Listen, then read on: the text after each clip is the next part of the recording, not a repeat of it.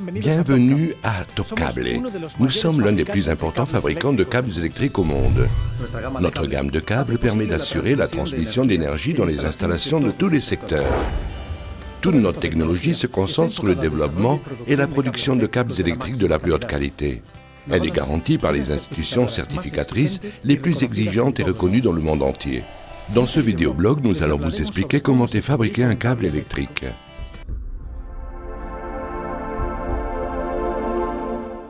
Nous vivons entourés en permanence de câbles électriques.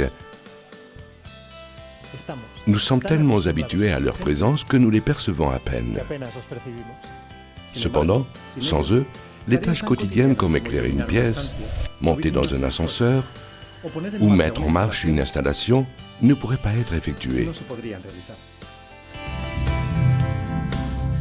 Il y en a de tout type et taille. Pour connecter cette imprimante au courant électrique ou pour qu'un aérogénérateur fonctionne.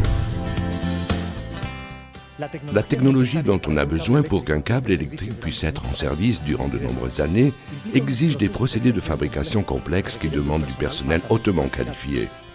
Souhaitez-vous savoir comment se fabrique un câble électrique? Accompagnez-moi.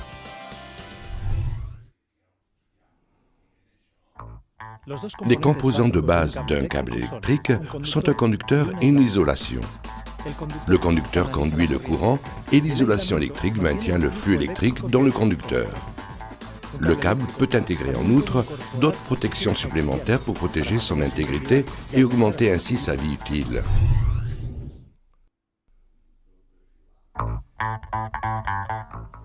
Le matériau le plus utilisé pour fabriquer le conducteur d'un câble électrique est le cuivre. Pour certaines applications, l'aluminium est également utilisé. Le premier processus de fabrication d'un conducteur est le tréfilage. Il consiste à réduire le diamètre du fil de cuivre de manière progressive jusqu'au diamètre final afin d'augmenter sa ductilité et sa conductivité. Le cuivre arrive de la fonderie aux usines de Top Cable dans de grandes bobines de 5 tonnes. Ce cuivre de 8 mm de diamètre est appelé techniquement film machine. La première étape du tréfilage est appelée dégrossissage. Dans ce processus, le diamètre du fil machine est réduit jusqu'à 2 mm.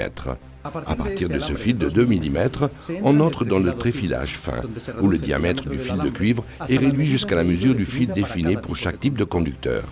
Dans la dernière étape du tréfilage fin, tous les fils sont soumis à un traitement thermique, appelé recuit. Le but de cette étape est d'augmenter la ductilité et la conductivité du cuivre.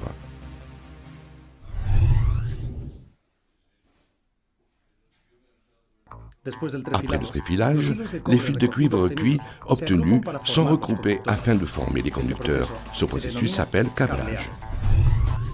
Dans le câblage, on compose des conducteurs avec des sections très différentes. Par exemple, aussi bien une section aussi petite que 0,5 mm que d'autres de 240 mm, 400 mm ou plus, pour des circuits de grande puissance. En fonction de la section de chaque conducteur, les câbleuses utilisées dans le processus varient. Le processus suivant de la fabrication d'un câble électrique est l'isolation. Ici, nous allons poser un recouvrement isolant sur le conducteur afin d'éviter les fuites de courant. Dans ce processus, le matériau d'isolation est fondu et s'applique sur le conducteur en continu afin d'éviter la fuite de courant. Les matériaux d'isolation peuvent être de différentes natures, PVC, EPR, XLPE, etc. En fonction des caractéristiques du câble, les matériaux d'isolation peuvent varier. La qualité d'un matériau d'une isolation est définie par deux propriétés de base, sa capacité d'isolation et son niveau thermique.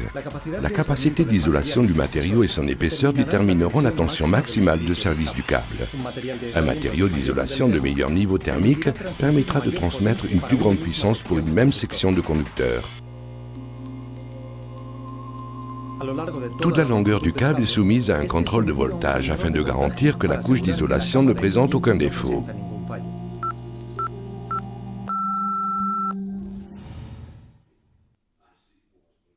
Le câblage de phase consiste à regrouper différents conducteurs isolés afin de former un câble multipolaire. L'identification des phases peut être effectuée par une coloration ou par un numérotage de celle-ci.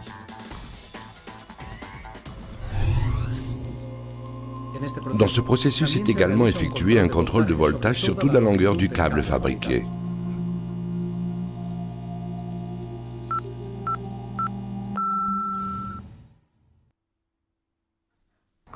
Nous avons déjà pu voir comment se fabrique le noyau d'un câble. Néanmoins, dans certains cas, des éléments supplémentaires peuvent être requis afin d'améliorer le degré de protection du noyau. Donc, les câbles intègrent des protections métalliques, qu'elles soient électriques ou mécaniques.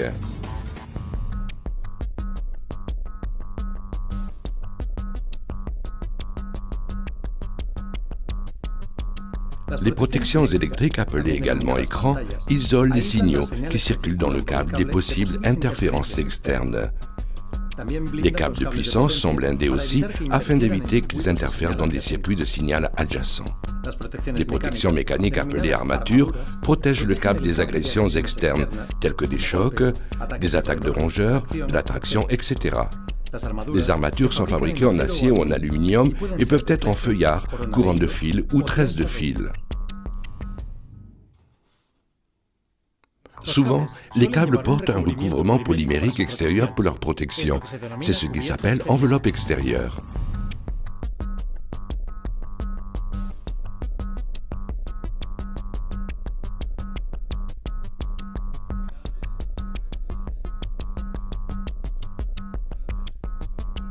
Cette enveloppe isole l'intérieur du câble d'éléments externes qui pourraient altérer ses propriétés électriques, comme l'humidité, et le protège des chocs qu'il peut recevoir durant son installation et utilisation.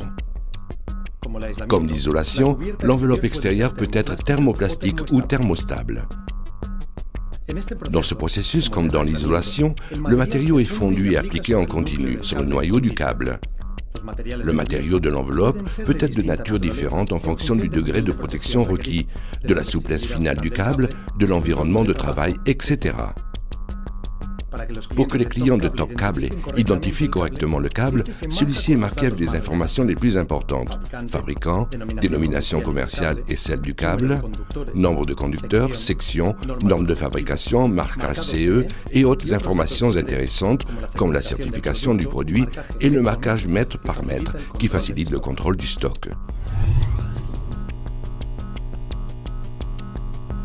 Dans ce processus, un contrôle de voltage est également effectué sur toute la longueur du câble fabriqué.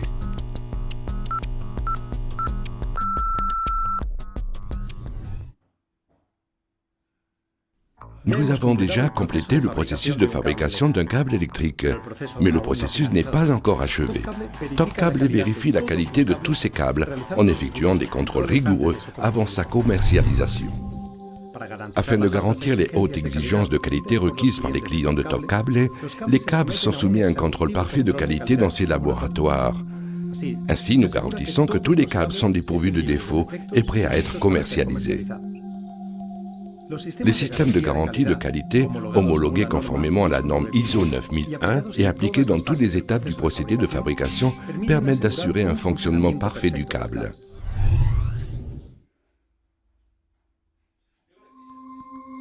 À partir des différents centres logistiques, les commandes clients sont coordonnées et on procède à leur expédition.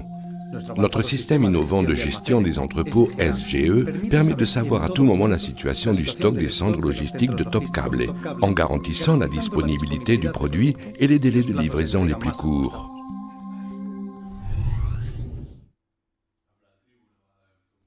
Dans tous les centres de production de Top Cable, nous avons établi des systèmes de recyclage des résidus produits durant le processus de fabrication d'un câble électrique. Tous les résidus, aussi bien provenant de câbles imparfaits que de ceux produits durant le processus, sont confiés à des entreprises spécialisées qui les gèrent en les récupérant ou en les éliminant de façon inoffensive dans leur totalité. Ainsi, nous garantissons que l'impact de notre activité industrielle sur l'environnement se réduise au minimum.